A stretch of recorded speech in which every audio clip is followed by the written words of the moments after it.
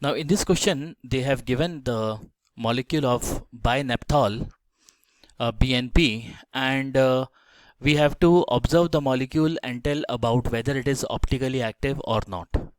So clearly if you see the structure, then we can see that the above benzene, so about this fulcrum, this end is outside the plane. So it has come outside the plane, which means this benzene would be going inside the plane.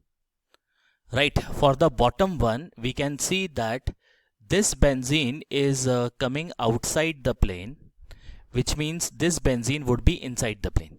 So if I view like this, the front, maybe this one, if this is represented, let's say, by the yellow plane, we can see that this is yellow plane, and the rear one let us represent by a orange plane.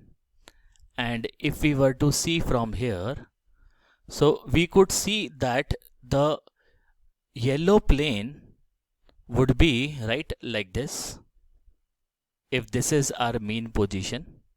So this part, the benzene, and this is a fulcrum, I mean we are seeing from this end, this yellow one is outside the plane, which means this end is above the plane and this small side is below the plane, right?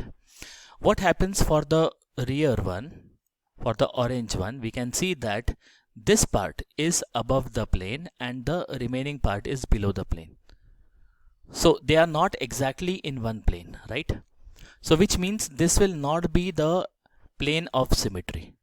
So the compound is a atropy isomerism. Because of repulsion, the two naphthalene rings will not be in a same plane, and therefore this is optically active. It is optically active due to absence of plane and center of symmetry.